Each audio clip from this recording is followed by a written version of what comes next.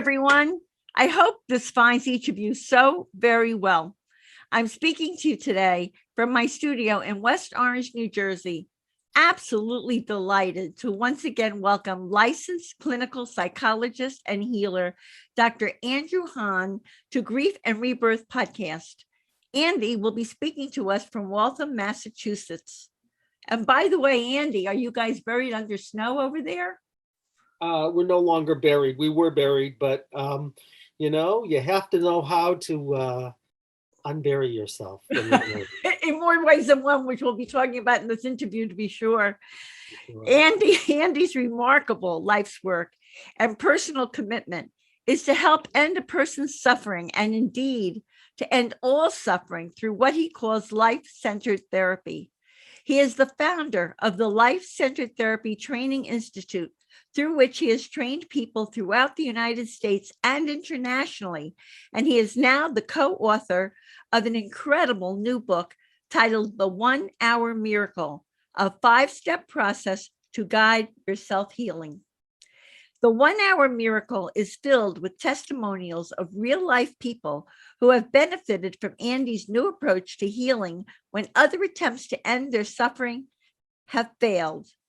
I'm looking forward to talking with Andy about his new healing framework that is a blueprint for transforming most problems, be they physical, such as chronic pain, asthma, and addictions, emotional and mental, such as depression, PTSD, OCD, and paranoia, relational, which involves the release of destructive patterns, and spiritual, such as alienation, despair, and inertia. And sometimes profound transformation from these complex problems can take place in only 1 hour. That is what I call a true miracle. Hey, Andy, a warm, heartfelt welcome back to Grief and Rebirth Podcast. Thank you so much, Irene. It is such a joy. And you are so colorful that you're just brightening up the whole day. Thank you. And can I just ask you before we begin, can we get a little more light shining on you? You're a little dark there. Okay. Hold on, everyone. Andy's going to light himself up. Did that help? Yes, that helped. Okay, great. Okay, so let's ask for your first question. What originally inspired you to marry your traditional education in psychology with the powerful, energetic, and spiritual world of healing? The short answer to this question is I'd had a number of experiences even before I got my doctorate in clinical psychology. And about 4 years after, I was going to visit a friend who had left her Western life. She was the head of all NGOs at the UN, and she left and went on spiritual retreat and went to a place called the Self-Realization Fellowship in California. And I knew I had to visit her. And the day before I went out and visited her, she fell down and hurt herself very badly. So when I got there, her ankle was terribly swollen and discolored, and she was in pretty extreme pain. But she wanted to take me to the fellowship anyway, so she did. And after we did this extraordinary heart-opening chanting service for about an hour and a half, we were walking around the holy grounds of the fellowship, and we got to the holy grounds of the fellowship, which is in Encinitas, California. Really is kind of like heaven on earth. If you've never been there, I highly recommend it. It is really a very profoundly powerful and beautiful place. So anyway, we're walking around and we get to these 2 benches, and she says, "You're going to have to carry me out of here because I can't walk another step." She'd been leaning on me, but she said the pain is just so bad that you're going to have to carry me out. So I helped her onto one of the benches, and then I walked all the way around. I sort of circumambulated the whole thing so that she could put her leg on my leg, and I was just going to have her lift up her leg before I tried to carry her out of there. And as soon as I sat down, I was flooded with, the best I can describe it, as light. But I knew it wasn't the sun because I knew where the sun was, and it was brighter and it was more vibrant than the sun. And I could just feel it entering me and going out my hands. And I said to my friend, I said, "Roshan, I I asked her to put her leg on my knee, and I just started experiencing the light channeling through my hands to her ankle for about 10 seconds. At which point she says, "You know, I can read auras, don't you?" And I say, "Roshan, I'm a nice Jewish boy from Boston. What do I know from auras?" And she said, "Are you aware that there is pure light that's going through the crown of your head into the center of your chest and out your hands to my ankle? And did you see where you sat down?" She said, "People don't sit there." And it was, I mean, I wouldn't have sat there either, except I wanted her to be able to lift up her leg. She said, "This is called the seat of the healer. No one sits there. And you were supposed to sit there." And she's telling me this. And then we look down, and all the swelling's gone. Her ankle was purpley discolored. All the purple was gone, and she got up and she started to walk out with no pain. Wow. At which point I said, "We're not in Kansas anymore." And that led me into 2 years, I didn't know that at the time, of studying everything I could about mystical healing traditions and deep psycho-spiritual traditions and mystery trainings and past life regression, which is, what I did at the time. I do just something different now, and everything you can imagine. And so that's sort of what got me to start putting the paths together. And that was 30 years ago, and and at one point I said, I was in a pretty traditional, I was the training director and a professor. And I said, I can't live these two lives. They can't be separate. They're really one. I couldn't keep them sort of like as compartmentalized experiences. So I just said, I have to go and do my own thing and find my own way. And that was kind of the scary And process. thank God, look what's come out of this. I mean, like, you're such an effective, wonderful healer on so many levels. And you also have a past life story that came to you at Machu Picchu, right? And how long ago was that? And that has to do with how on a soul level we consciously create circumstances that echo events from the past so that we can heal and grow. So is all of this what's referred to as healing karma, Andy? I think basically what we're always doing is healing karma. And karma is the energetic imprints that are left over from past lives? Yes. And if you want to look at it this way, it's also from this life too. But, because when you're 3 years old, you could say it's almost like a past life on one level. But what we typically call past lives is karma, whether it's other lifetimes like reincarnation or like on your bloodline, because soul comes through energy. It also comes through the mystical blood. So you could have something that's karmic that you're holding for your whole bloodline, for example. But yes, that's what we call healing karma. And healing karma, from my point of view, is just mastering what couldn't have been mastered. And when you can master everything, you've healed all your karma, at which point you can just say yes to all of life. And then there's no such thing as identity anymore, because you don't identify with anything except for life itself, the evolution of life. Right. So you don't have any stories to identify with. You don't have suffering to identify with. So what is this past life story that came to you at Machu Picchu? well, I'll tell you. And how long ago was this, Andy? This was, I can tell you, it was 2004, 2005. So right now it's 2022. So it's about 17, 18 years ago. And I was going with the same woman. The same woman was leading this trip. We formed a group and we asked her to lead the trip, same woman named Roshan. And Roshan was interesting because Roshan, when she first went to Machu Picchu, there were senior guides there. Yeah. And she had never been there in this lifetime. And when she went there, she started telling them all of what happened there, things they didn't know. So Roshan, I didn't know at the time, is an Indian mystic. She was just a dear friend. Anyway, so we get there and if you've been to Machu Picchu is like an animal, and in the center of it is a cave that looks like a heart, and it's really the beating heart of that animal that is Machu Picchu. And when we go in there, we were with a shaman. We were with this really extraordinary shaman. He's doing this ritual. Then what happens while I'm there is I feel someone put their hand on my shoulder, like I can feel their hand. And I thought it was the guy next to me, who's one of our students who was wonderful and kind of a practical joker. And I was going to like say, really? I won't say his name, but I opened my eyes and he was clearly not doing it. And then I closed my eyes again and I see this woman like unbelievably vividly. And she's clearly, what I knew about her was that she was some kind of priestess princess. I didn't know more, but she was very, very vivid to me. And she had her hand on my shoulder like she was supporting me in some way. This is actually very moving. I haven't told this story for a while. And I know she has some great relevance to me.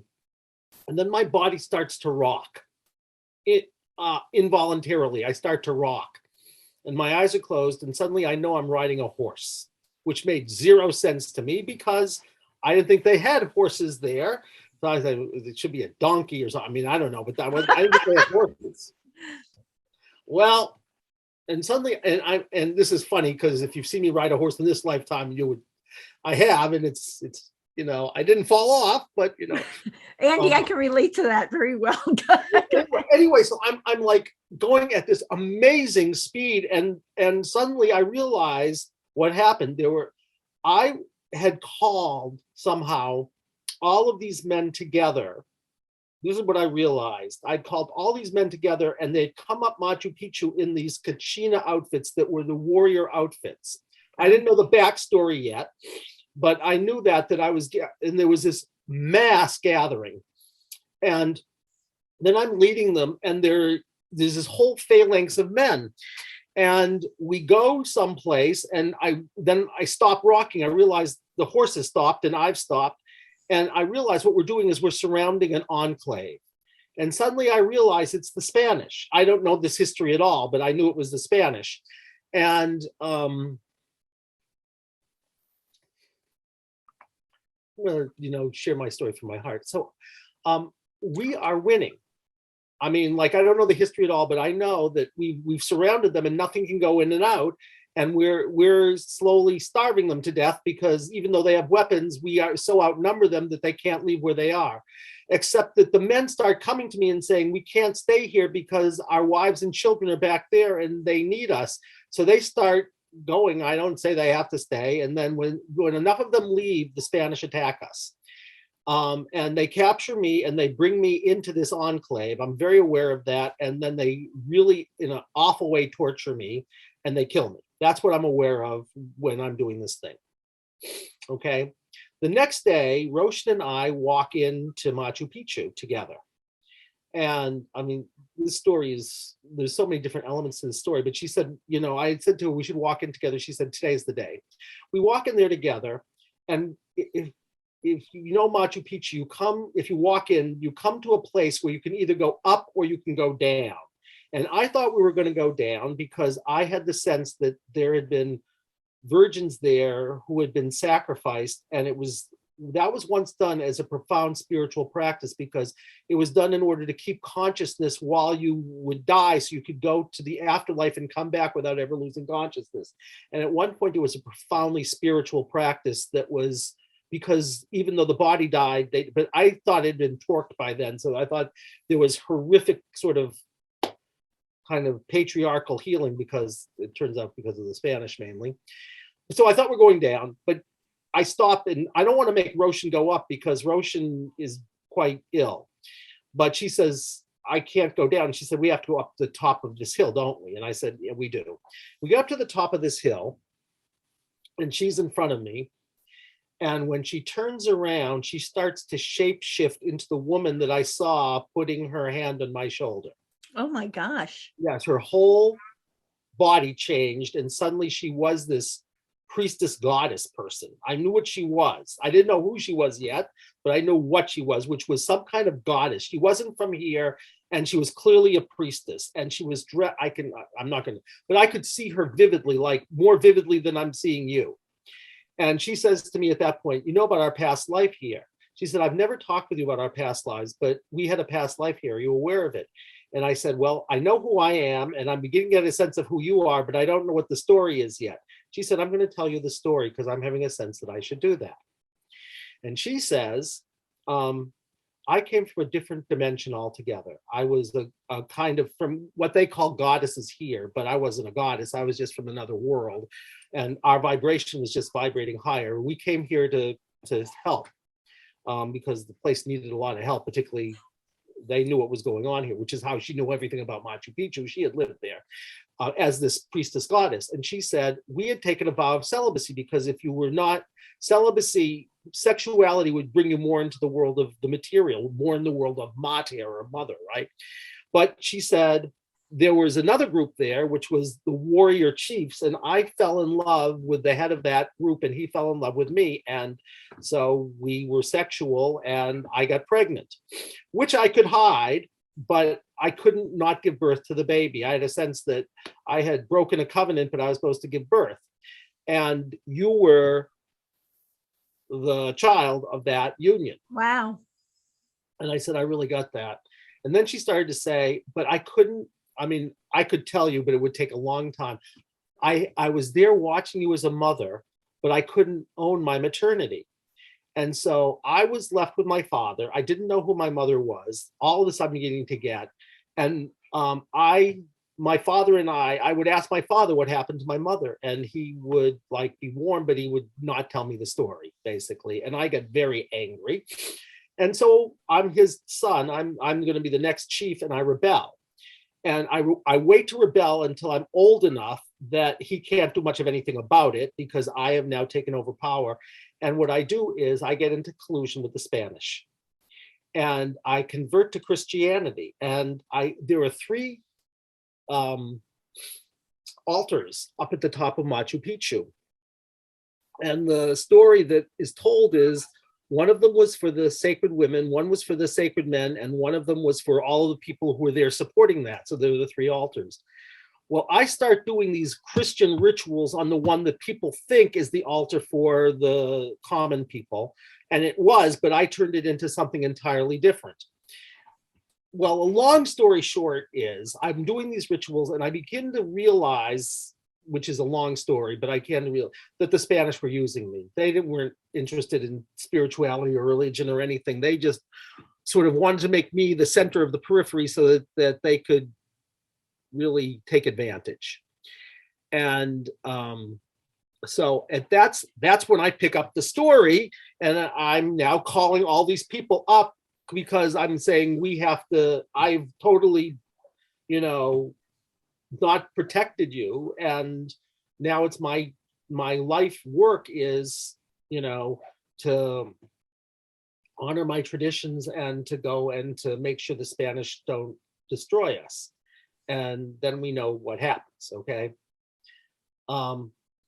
So I go and tell our leader this story, and he turns white. This guy says, I'm going to tell you a story. First of all, I'm going to tell you who you are. And your name was Tupac Amaru, and you are describing exactly what is known of his history. He was called the Lost Inca, even though there was a later Tupac Amaru 6 generations later, but he was of a whole different world in a sense. So Tupac Amaru, the one you're describing, was called the Lost Inca, and no one exactly knew what happened to him, but you're telling me. But I'm going to tell you how I know the story is true. He said, 5 years ago, I took a group of cardinals and bishops up to Machu Picchu, and they were people who had a very mystical tradition. They were mystical Christians. And we get up there, and one of the cardinals says, you're telling us what these altars are, but I want you to know that on the one that I was describing to you, he said Christian rituals, mystical Christian rituals were taking place on this altar.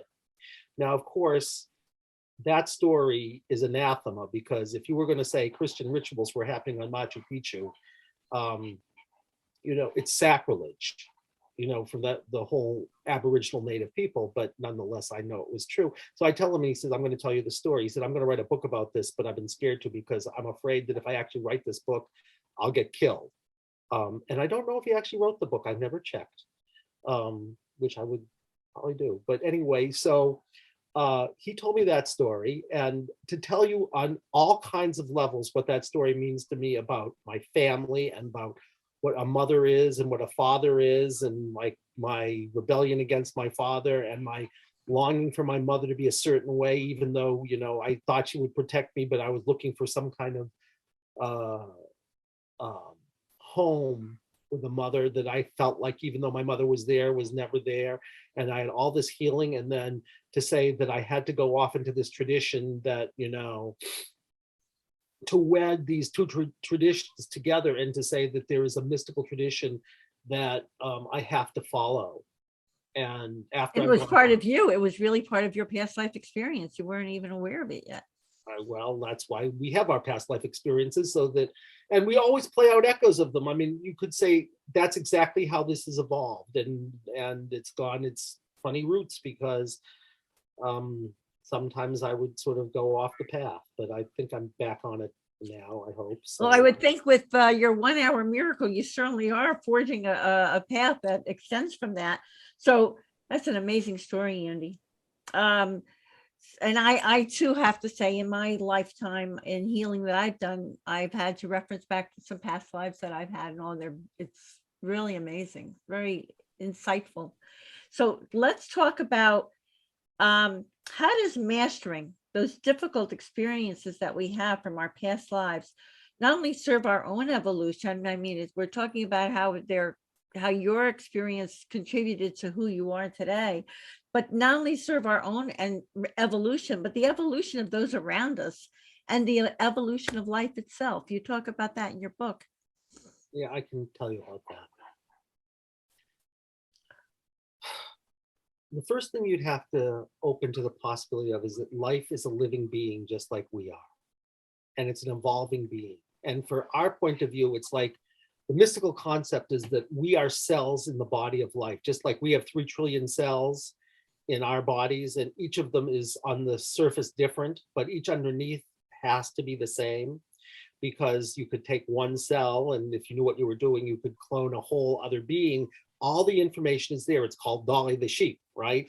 So, and the idea here is that we're the same thing. And evolution for us is moving from being identified with the surface to being identified with the template, where all life force is the exact same thing. And none of it is matter. None of it is identity, because it's an evolving like vibration.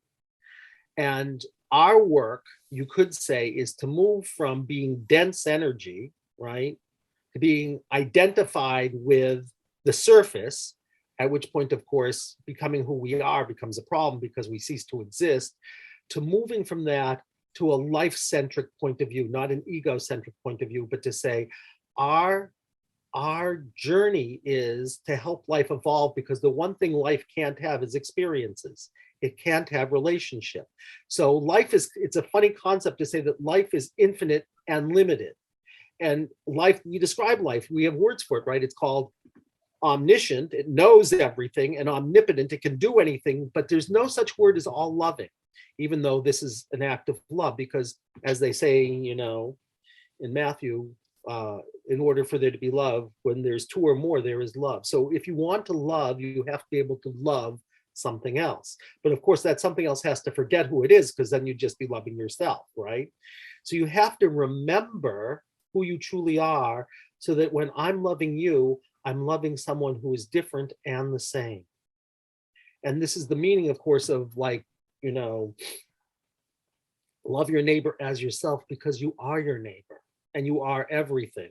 And I am you, and I'm the couch, and I'm Hitler, and I'm, antibiotics and viruses and everything. I'm just like, that's who we all are. And what we're trying to do, from my point of view, evolution is coming to the place of saying, I am everything, and therefore I'll have no judgmentalism or comparison or need to understand anything, because I'll just be with what is. And that's our evolution. And then we help life evolve, because we could do something that life couldn't do, because life was unitive. So life grows in a sense through new relationship. But in order to have a new relationship, you have to not be stuck in the past, so to speak. How do you not be stuck when you get stuck? You only get stuck when there's something that can't be handled or taken in stride and integrated. And then you move from being who you truly are, which in this dimension is the speed of light squared, E squared, your energy, right? Which is Mhm. just a vibration. You move from being a wave to being dense energy or a particle. And then you identify with the particle. And then, of course, if you're the particle, you can be destroyed and no longer exist, right? So that's exactly what happens with us. Whenever there's something that can't be handled in that moment, a dense energy is born. And you're going to call it sick to stomach or heart beating fast or pain in the neck or whatever it is. So you could say our trauma is to us as we are to life. And our work is to get to a place where we can allow and accept everything, become aware, allow, accept, and just bring our attention to everything and just say yes with no attachment. We could have our preferences, but no attachment. And we're doing the same thing individually. So whenever there's something we can't handle, in that moment, a sensation is born. And it's not our sensation. It's a living being, just like we are. We're born in a moment. It was born in a moment, right? So if you come to see me for therapy, I'm not working with Irene. I'm working with, if Irene's having anxiety and I said, hey, when you're having anxiety, Irene, what's happening in the body? And you say, my heart's pounding. I'd say, Irene, you're not anxious. Your little toe is fine, right? Little toe is fine. But someone whose name is heart pounding has anxiety. And your job, like an actress, is to choose to become heart pounding from the inside out, like your name is heart pounding. And as soon as you do that, you no longer identify unconsciously with heart pounding. You become the one who is choosing to be heart pounding and bearing witness and holding heart pounding. And as soon as you do that, you're free.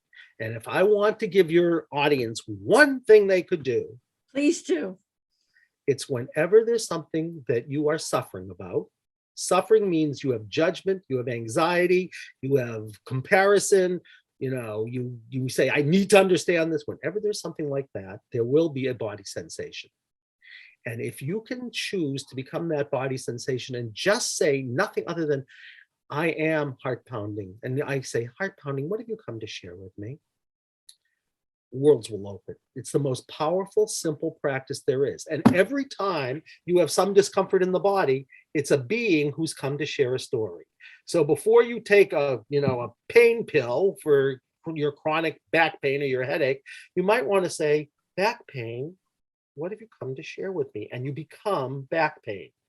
And because we can become each other, because in the template, I am back pain, just like I am Irene. And as soon as you do that, back pain will share its story. And I want you to notice there's no regression, right? Because back pain is here right now. Even if back pain was going to tell me her name was Marie Antoinette or some other royal in, revolutionary France, she's here right now. So there's no such thing as regression. And because there's no such thing as regression, you don't have to do anything more to prepare anybody by saying, we have to resource you. Because the only resource you need, if you have any witness function whatsoever, is become that sensation that's here right now. And you could say, I'm going to tell you a story from revolutionary France, or I'm going to tell you a story from 15 lifetimes from now, and somebody's coming back to give me a warning, or some little green woman from Alpha Centauri who's putting a rod in my head. It's like, and they'll share who they are and why they've come and their story will be your healing. That's amazing. Well, you know what? You've got a great story of a woman who killed her chronic depression, anxiety about death, anxiety about speaking in front of crowds, chronic neck pain, and alienation from God in one session, which is what you're talking about now. You want to tell us that story? Sure. Because that's a great way. It's a great graphic way for people to understand what you're talking about. Yeah, I can tell you the story. I can do it in a quick way.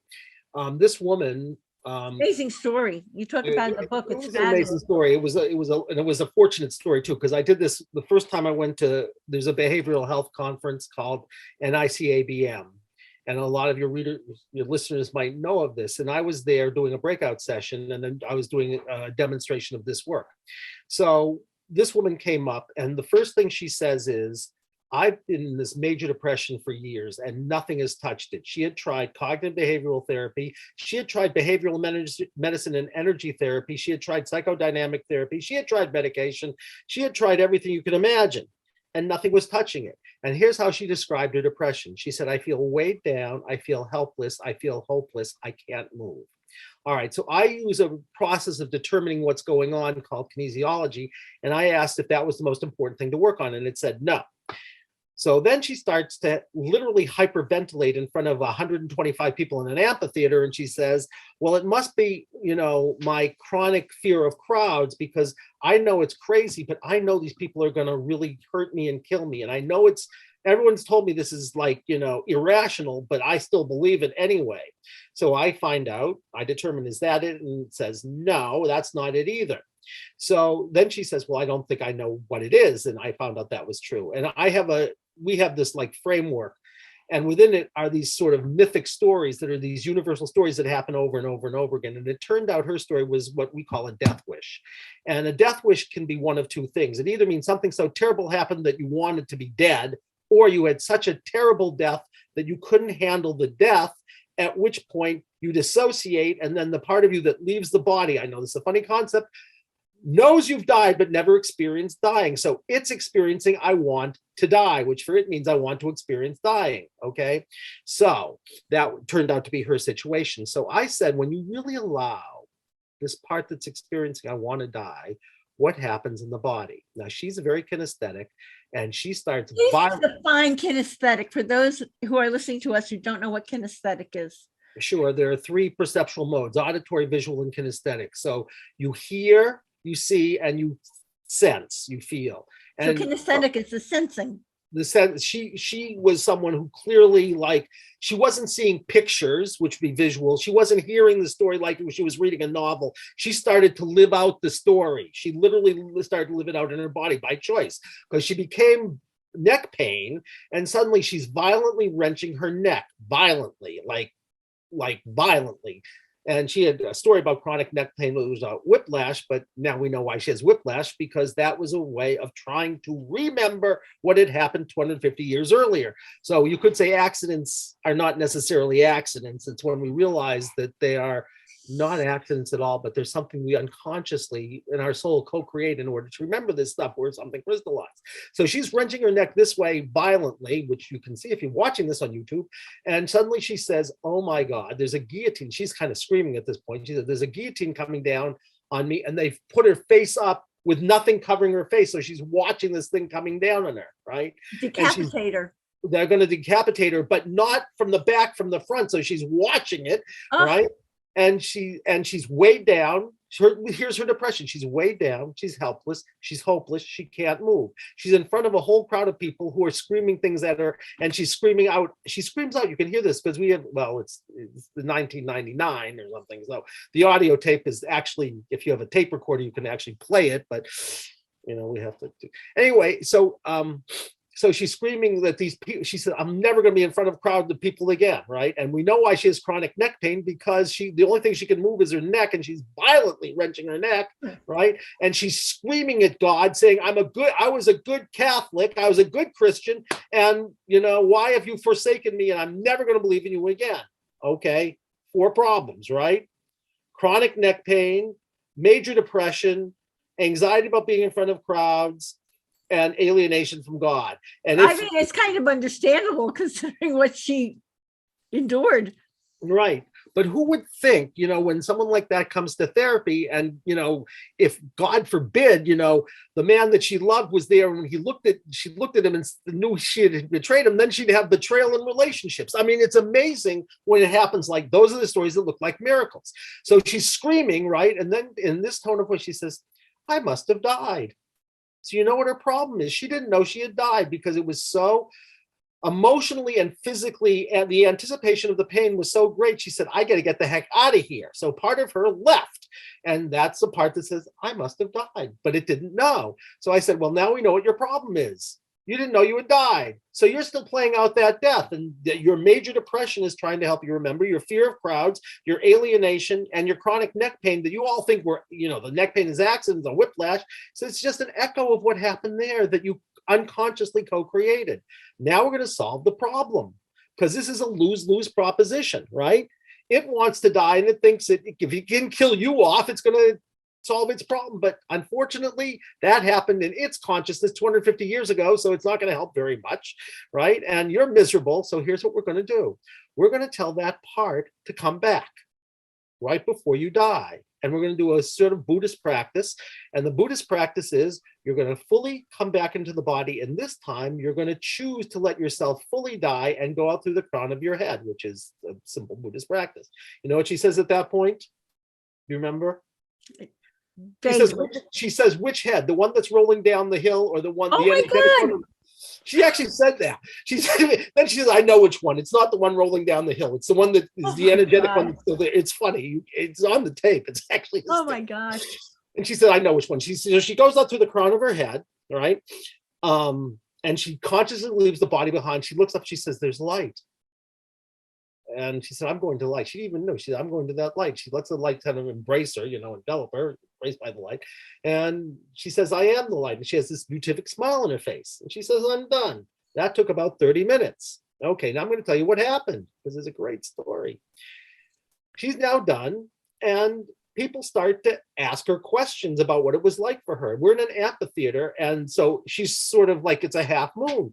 And so somebody's asking her a question on the right, and she turns her head all the way this way, and somebody does it on the left. She turns it, and then she says, this is not possible. She said, I can't move my neck like that, and if I could, I would be in excruciating pain, but I'm not feeling any pain. And then she says, after a little while longer, she says, this is also impossible because I'm having the best time with you guys and I should be thinking you want to kill me, but I don't think that anymore, right? And she says, I don't feel weighed down and helpless and hopeless, and I feel lighter, and I can even feel the presence of the divine. And I keep coming to these conferences hoping I'll find the presence of the divine. Everybody else does it. I can't do it. So, and she's done. And I know it held because, usually I see people in an ongoing way. She comes back to the conference the next year and basically said, pretty much all of that held, which really is a miraculous story. It is miraculous. It's amazing. So a lot of times when we have physical things that we're going to all these doctors and people for, it's really could be from past life trauma that needs to be healed, and it's manifesting in our bodies to tell us to pay attention to it. I think that's why I say, if you can do a good diagnostic, determine, I can find out, do you want to do something that started in this lifetime at age 3? Do you want to do something that happened in the womb? Do you want to do something that would be what we call a past life, like reincarnation, like that woman? Do you want to do something that happened to your great-great-grandfather 4 generations ago, or everybody, and it's coming through the blood? Do you want to do something that started in another alternative dimension? All of those are possible, and all you have to do is open to all possibilities. Andy, you do this also online also? Do you do this like via Zoom with people and all too? Sure, they don't have to go through the snow to Waltham, Massachusetts, do they? No, I can muscle test them anywhere because it's the same idea. Like when I say to you, like if you're feeling anxiety and I say, well, what's happening in the body? You say, my heart's pounding fast. I say, choose to bring all your attention to heart pounding fast, so much that you are heart pounding fast, because you and heart pounding fast are the same life force, right? So you can choose to become that, like an actor choosing to become a role. Now, you are to life what heart pounding fast is to you. And so if I can touch into the template in the same way that I say, become heart pounding fast, you say, I can do that. Well, I can become Irene, right? Because you're just a dense energy. And in the template, I have access to everything. And theoretically, I practiced this because I didn't want to do it.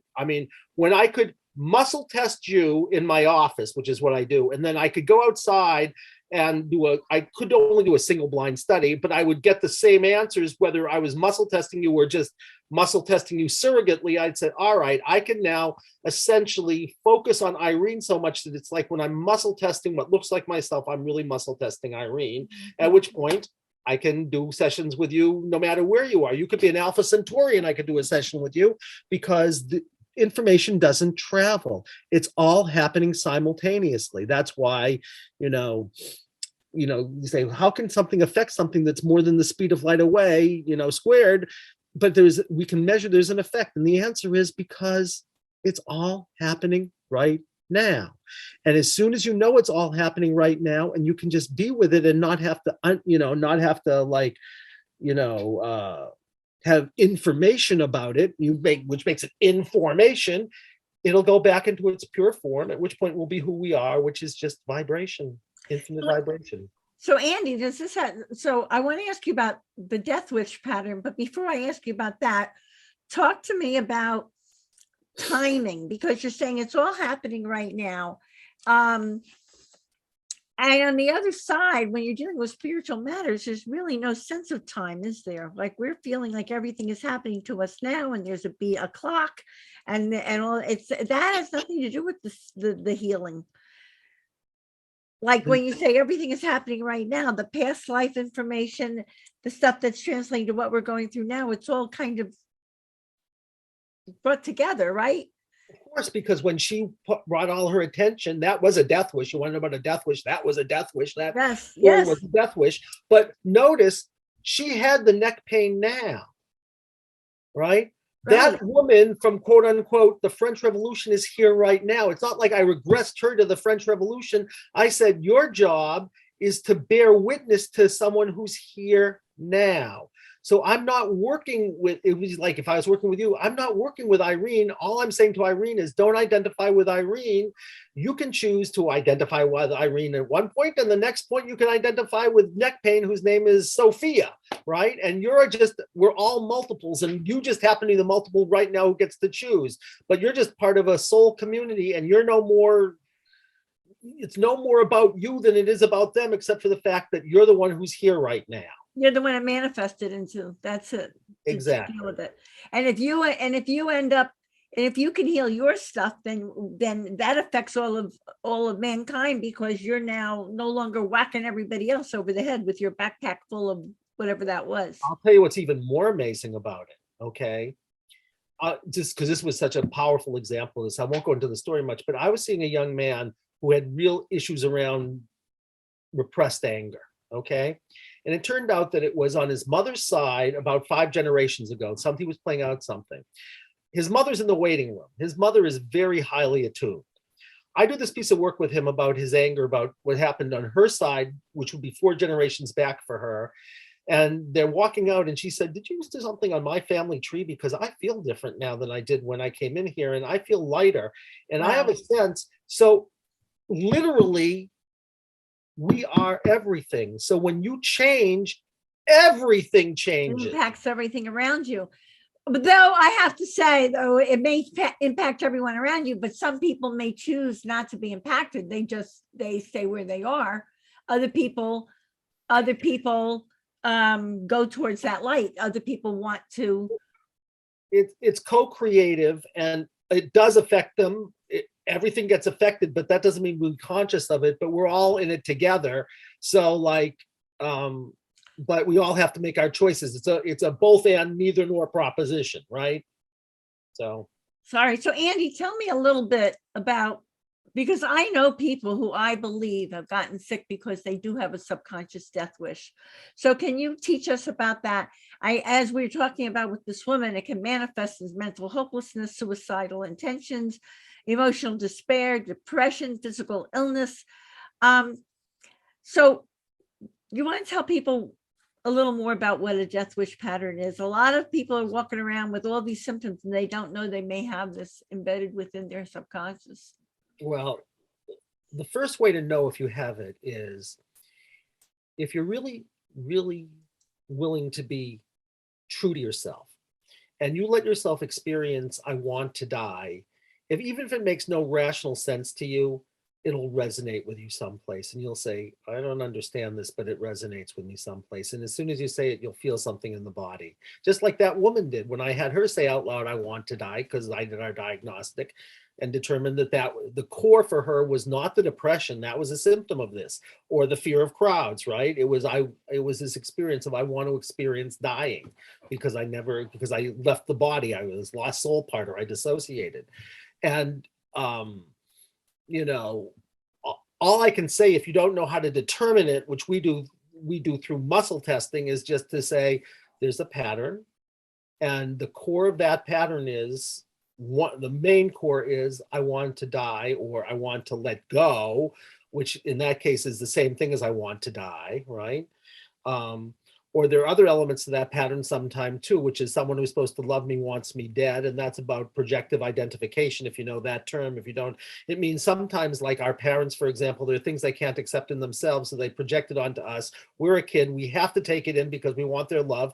And if they want to kill them, if they want to kill in themselves something that they can't manage, they will put it onto you, and your best way of protecting them and yourself is to say, yeah, it's true.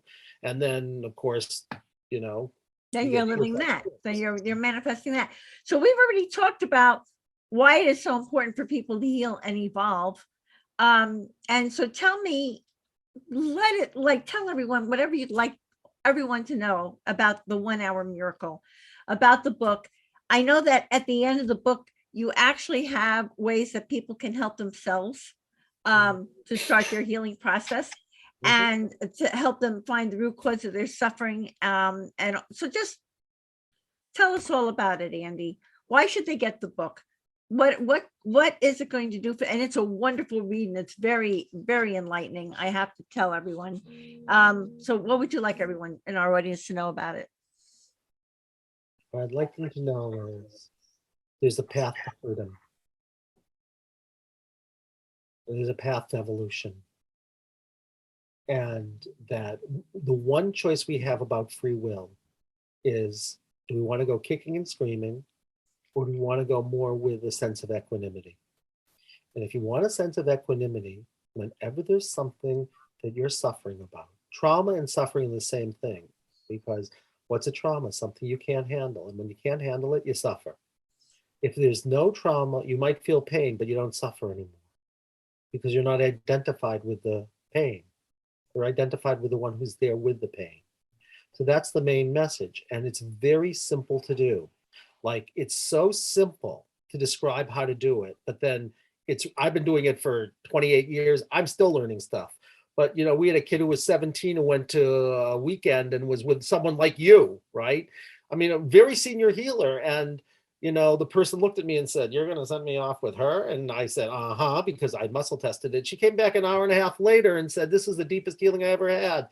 You know, because it had never occurred to her that her body sensations were living independent beings. And it had never occurred to her that her trauma could have been what we call a past life. And so she says, "This is amazing." You know what the 17-year-old girl says? She says, "I can read a protocol." Wow. So, and it's the same thing. So anyone who buys your book really can really start to try to heal themselves. Yeah, we call the protocol in the book. Right. Our work for our, you know, people who don't want to be practitioners is called still guided self-healing. It's guided by something that is really, you know, life. And self-healing really is, it's the healing of the little self by the higher self, right?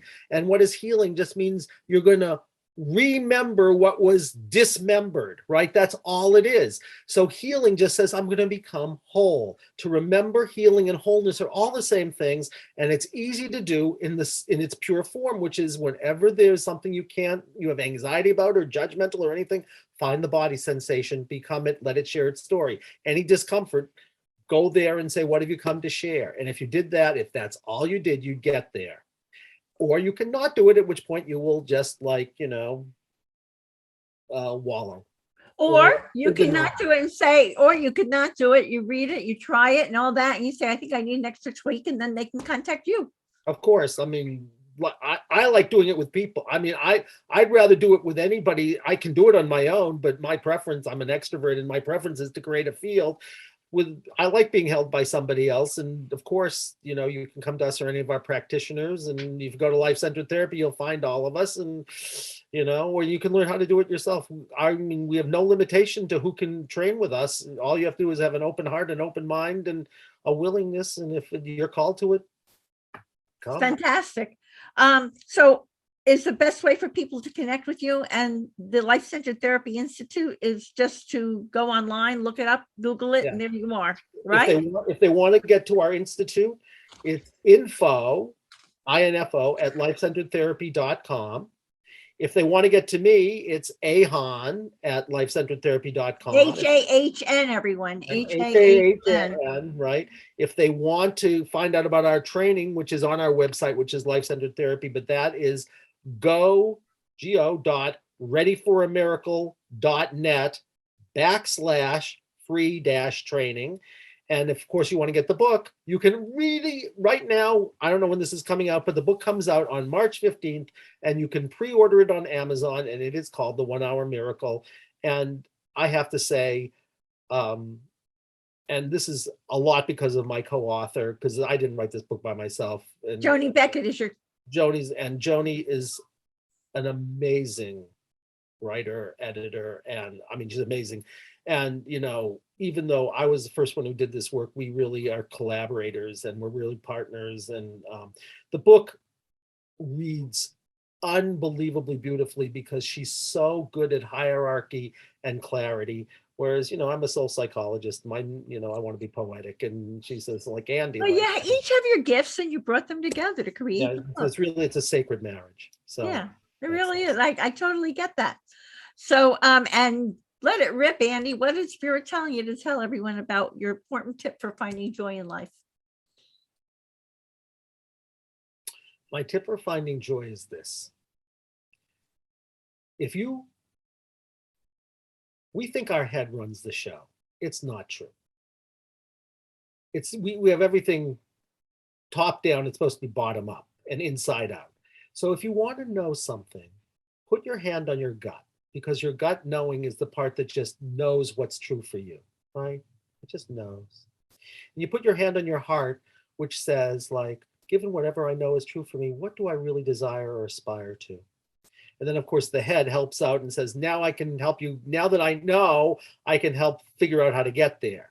So the first thing is that. Now, if you know what is true for you and you know what you desire, and you start to open to manifesting it, and a discomfort comes, something's blocking you. So the law of attraction, you're going to attract what you need to attract in order to heal and grow. Some people say, well, I want $5 million or whatever, which is egocentric, but whatever it is, if something's blocking it, then you're going to manifest the block. You're not going to manifest the thing until you get to a place where there's no block. So if you say, you have a path, right? I want to be someone who opens the world to life. Now, let's say you said, that's what I want to do. If you said, oh my God, I'm feeling sick to my stomach, something is still keeping you from it. But if nothing's keeping you from it, then you're going to have a good feeling in your body. And what I'd say to you is, choose to become the good feeling. And then it's not just you're imagining something, you're experiencing it literally in the here and now, as though it's already happening. And it's not just your mind, it's your whole being. So I'd say always go back to the body. If I'd say one thing to you, I'd say go back to the body. It knows the truth. And when you're stuck, it knows where you're stuck, because it'll show you. So basically the bottom line is heal your stuff so that you can become free to experience the joy. Everything, you're free to experience whatever you're to experience, because everything becomes the joy. That becomes the point, and you have to be non-attached to what the joy is, right? I mean, look at the most famous person in history, Jesus, right? Well, what's he doing right before his crucifixion? He's saying, why have you forsaken me, right? Not joyful. What did he say at the end? He says, I give myself over to you.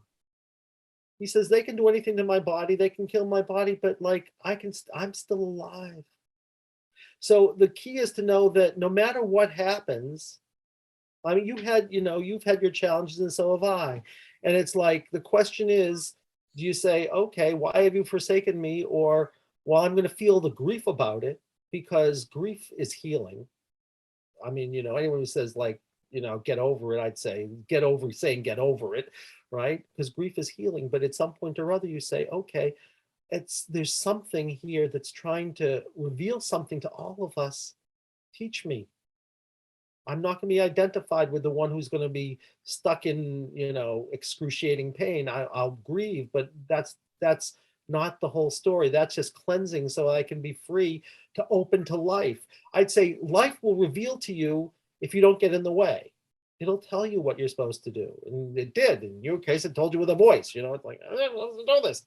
Really? Dictation. Right. So the key is, once you open in that way, by getting rid of all the blocks, you say, all right. And I made a choice. And it's part of the choice. I went out of my way to heal a lot of things so that I could continue on with what was my path. Exactly. So Andy, I must say, here is my flowery conclusion to our lovely interview. All those for sure who read your uplifting and hope-infused book, which it is, and it is filled with true miraculous 1-hour healing journeys. By the way, everyone, he has so many great examples of how people healed from this 1 hour miracle. They will, I think our listeners will find themselves believing in miracles after they read your book and become inspired to create a miraculous healing journey in their own lives.